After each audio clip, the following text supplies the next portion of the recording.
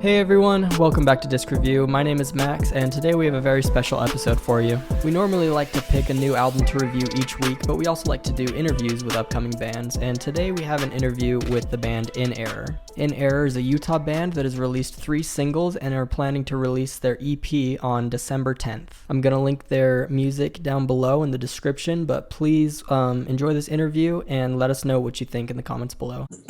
Okay, guys. So why don't you start off by telling us a little bit about who you guys are, like individually, your names, and what you do for the band.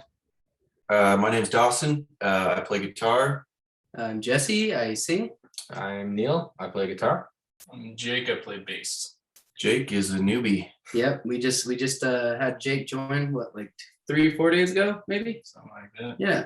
Yeah, I was gonna say I only remember there being 3 of you in like pictures and stuff. So Yeah. We need to get some new pictures taken for sure. So.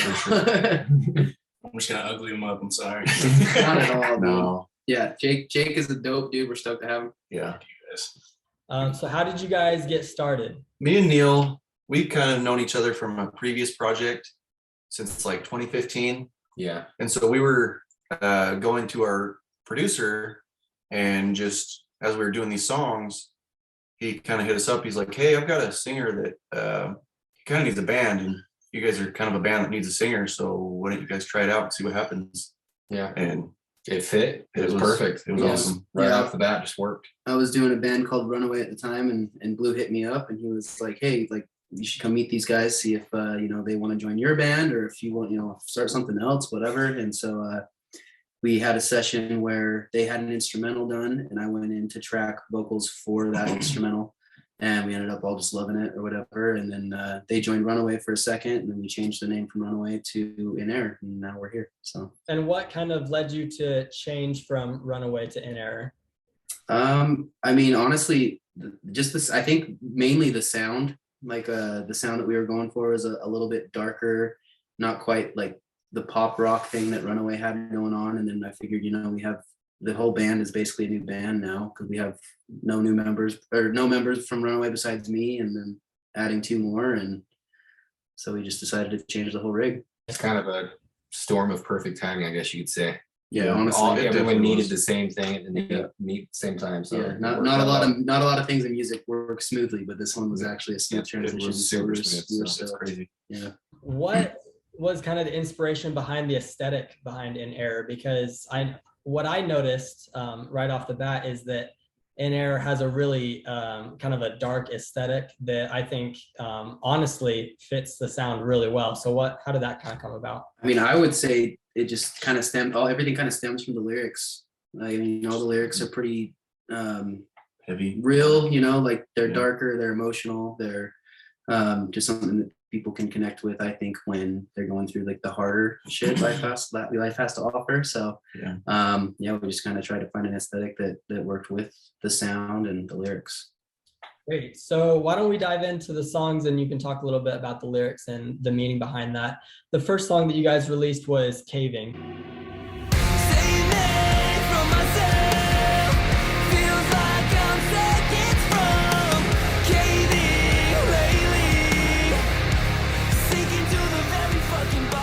Caving is actually one that I had finished when Runaway was still the project. I guess that was like the next song that we were going to do for Runaway. And then like during the process of getting that mix back and stuff is when I met these guys, and we decided to go through with the whole In Error thing. And so we we're like, this is kind of like, this song still fits our sound, so let's just release this under the new project. And we kind of did that. That was our first music video, our first single, whatever. And but yeah, I guess lyrically, I kind of wrote it about depression, I guess, and just that feeling of being at the very bottom, you know what I mean? Yeah, well, I thought it was super sick. I personally, I liked the lyrics a lot. I felt like I was able to connect with it, and I'm sure lots of people were as well. How was the reception of that? It was pretty good. I mean, Yeah, I mean, for it being a brand new project, first single, whatever, I think it did a good job of just kind of like setting us up, or setting people up for what to expect from us next. You know what I mean? yeah, everybody that I talked to, they were always They're Yeah, always kind of bugging me like, hey, when you putting it out, when you put it, I think there was a lot of hype behind it, I guess. yeah, And that's also why the aesthetic of the video in the background, you see like a lot of things like the skulls and the knives and just kind of some darker aesthetics is kind of matching with the lyrics. But yeah, I mean, even on my end, any feedback I've ever received that, whether people have sent or, friends and stuff like that that'll show or anything like that, across the board, no matter, it seems like what kind of music they liked, that was songs specifically, and the lyrics and everything was something that people could kind of universally connect to. So it translated really well. What kind of inspiration musically went into this project? To me, I feel like I can hear a lot of Linkin Park and like the guitars and especially the Yeah, yeah. instrumental. But so that's funny because like I think that when we all got together, we were all like, yeah, dude, let's just try to, do our take on like the Linkin Park Yeah. vibe. Linkin Park meant a lot to a lot of people.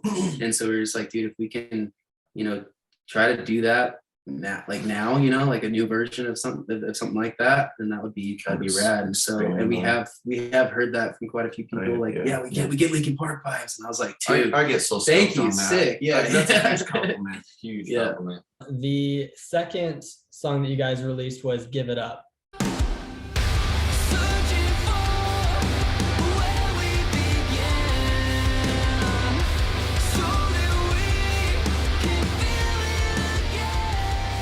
So what is the story behind that, and what can people get from the lyrics of that song? So I think that Give It Up instrumentally was the first song that we all kind of did together, right? Because Yeah. we had already had, like, they had a couple, or they had one instrumental finished, and then That one was kind of a weird one. It's like we were supposed to have a session where we were supposed to track vocals for Death by Design, our title track, which was that first one that we got together. And I think you were in the hospital. I was either in the hospital I'm or pretty sure you were in the hospital, or you were just out, fresh out or something. And so Yeah. we had a session booked and he couldn't make it. He was trying, and we were at the studio and we're just like, well, he can't make it. We can't track vocals. So let's just start a new song. Like, let's just start a new instrumental. we kind of had an idea of what style we wanted. Like, we kind of wanted a Yeah. more upbeat one, fast paced, like in the verses.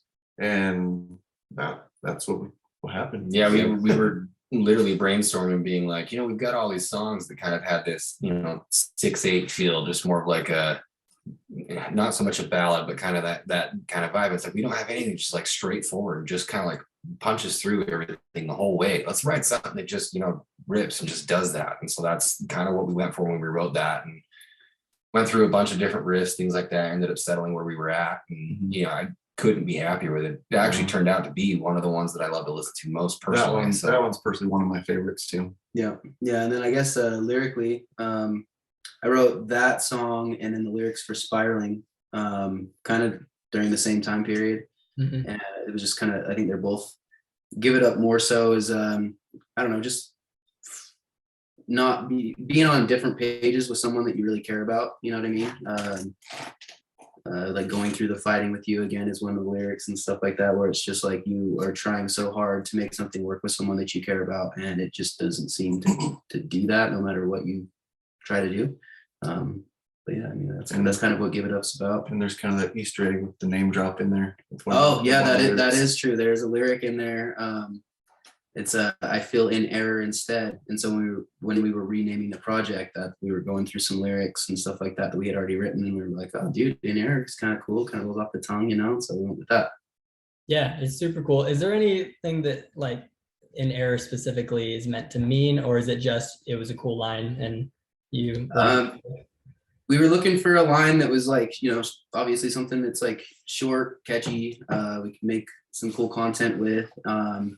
And I think that in error, it's like such a general thing that people feel all the time. You know what I mean? It's like whether it be in relationships, whether it be just existing, people don't, people feel in error sometimes, and that's kind of like what we tend to write our stuff about. So Just it's kind of worked. It's kind of worked, yeah. Another way to kind of continue with the dark vibe, I guess you could say. Yeah. Yeah, and that song is definitely heavier than Caving is. Is that kind of more the direction you want to go with? Are you planning on going heavier, or what's kind of the vibe with that? Well, I guess Well, if we're gonna give a sneak peek, which I guess it's probably time for, the title track, which is Death by Design, the title track of the EP. That's kind of the sound that we're gonna be pushing for going forward. And I mean, caving, we like caving a lot too. We want to have that balance of like something that's like, really singy, really like emotional, like carries that vibe. And then Death by Design, I think carries that same vibe, but it also kind of punches you in the face a little bit more. It's definitely our heaviest one. So For sure. yeah, once that comes out, you'll kind of see what I'm talking about. But And actually, if I could say this, it's a funny story about Death by Design. That's the song that We all Jesse gave me started the with. picture. It was funny because when Dawson and I had the project that we were doing, we had a completely different singer, and it didn't work out. And we still wanted to push forward with what we were doing. And so at the time, I was actually attempting to cut the vocals and things like that. And we were just like, we need someone else, we need someone that's what they do, and so then that, like we had mentioned, conversation happened. And when he came in, that's the song that the vocals were initially tracked to. And so that was kind of the baby child of yeah, our first attempt at seeing, can this work or not? And our first kid together is the three of us. is Death by Design. So. Well, speaking of vocals, Jesse, where'd you learn to sing like that? The range is really incredible. I like to, before I talk with bands or review an album, I like to listen to it on repeat and kind of sing to the songs in my car. And honestly, some of them are hard to sing. They really are. Dude, I appreciate that.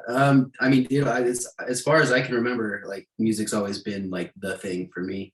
Like always just been absolutely obsessed. And I don't know, when I was probably like 6 or 7 years old, I just started singing, being like, everyone always, like my parents and stuff, like, dude, you're so tone deaf, you know what I mean?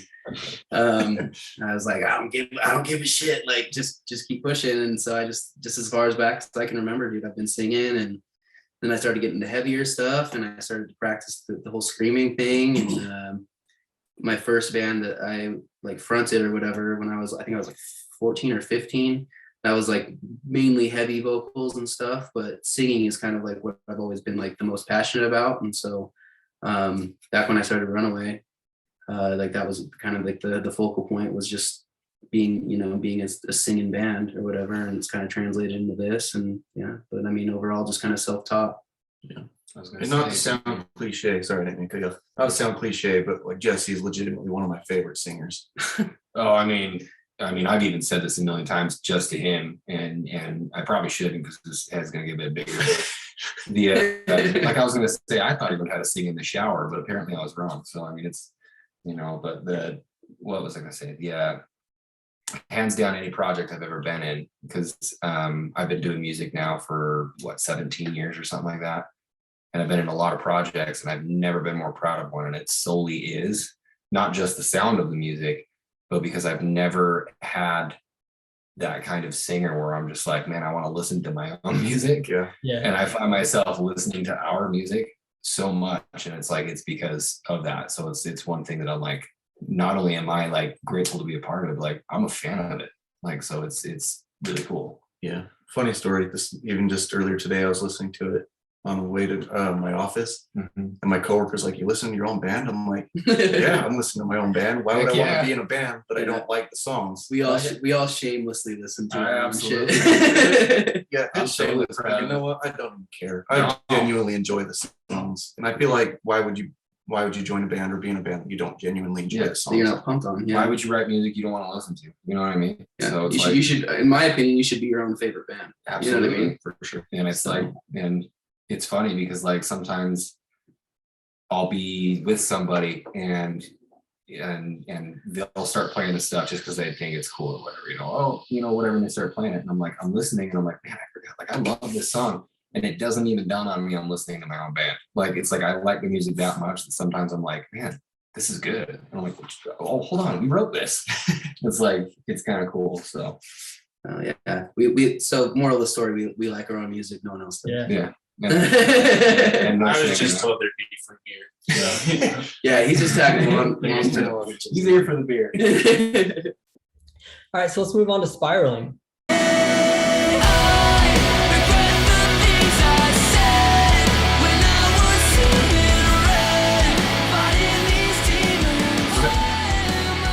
Actually, do you mind if I start that one? This Dude. one's your baby, dude. Spiraling has got a funny story to it. So actually, like the bulk of, not all of it, but the bulk of the guitar in that song, I wrote probably 7 or 8 years ago. And at the time I was in a band, but I was also filling in for another band and just touring and doing some things and stuff like that and wanted to write music. The band that I was in, I didn't feel like it fit. And I didn't want that song to kind of be with that. And it just, the vibe wasn't right, things like that. They wanted to use it. So at some point, like I allowed the singer, kind of make an attempt, and it just didn't necessarily have exactly what we needed for it to be.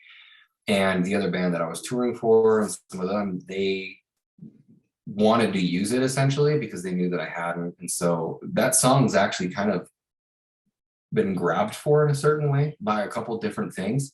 And I was always like, nope, not going to use it. And I was like, I had thought to myself, like, even if this thing never sees the light of day, like it just has to be done justice, that kind of thing. And I'm not kidding. The second that Jesse walked in, I'm like, that's it. And it's like, I didn't even know what he was going to do to it. I didn't even hear the vocals till they were done, like recorded done. I didn't even know what the melody was going to be, nothing like that.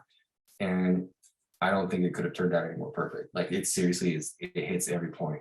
And it's got kind of that song has a journey. So Yeah, I guess that's probably a good time to mention that for pretty much all of our tracks besides Caving, and then on the EP there's going to be a Reimagined Caving. Besides those 2 tracks, I flew out to Texas to track them with the dudes from Bloodline. So me, Joe, and Titus kind of like just worked on. I think we went out. I've gone out 2 separate times. The first time was to track vocals for Give It Up and Spiraling, and then we went back out to track the rest of the EP, which is, I think there was 3 songs that we finished out there. yeah. But yeah, as far as vocals go, we go out, or I fly out to Texas to track all of those. So As far as the lyrics go, what is Spiraling about? I mean, it's in the same realm as all the other songs for the most part. It's just because, like, I mean, that song is a little bit more of like, it has a little bit more aggressive instrumentals and I guess a little bit more hectic. And so I was trying to write from a place where it's like depression, but also like feeling like out of control with it, like having no control over it, and how it affects daily life, like fighting with other people, being angry all the time, just kind of like the feelings that stem from people that suffer from depression type of a thing. So, And those are the 3 that you guys have released so far. Are you planning on releasing any more singles before the EP comes out, or you're just waiting to release them all together? no, those are the 3 that are out until the EP, which is we're dropping that on December 10th. So we'll have four more songs plus those 3 that are already out. It's called Death by Design, you said? Yep. Once that's out, what's the plan? Are you guys gonna start playing shows? Have you played some shows already? Yep, we actually just lined up our practice space. We're just kind of waiting to get some more equipment in. Dawson just got his in yours. I'm waiting to get mine. So once we get all the equipment we need, we're just gonna start jamming, pretty consistently. Because we'd like to try to play either an EP release show or you just at least have like our first show sometime within the same month. You know what I mean? Mm-hmm. So yeah, we're hoping to start playing shows before the end of the year. Yeah, I see that you're wearing a Charlatan shirt. I wonder if you can keep your release with them. That would be an awesome show. We've talked with them about that just because we're friends with those guys. We're actually working with Heath and Gray with our merch too. Yeah, no, they're good friends of ours. Heath actually did the lyric video for Give It Up. So Yeah, that visualizer you see, that's Heath's work, and he did a fantastic job. Yeah, Heath always kills it, man. oh, for sure. But yeah, we definitely talked about that with those guys, and we'd love nothing more than to play with those guys. They're awesome. And who did the music video for you guys? Caving we did with Tim Burton. Mm-hmm. Timber Media. Yep. Yeah, he kills it. He kills it every time.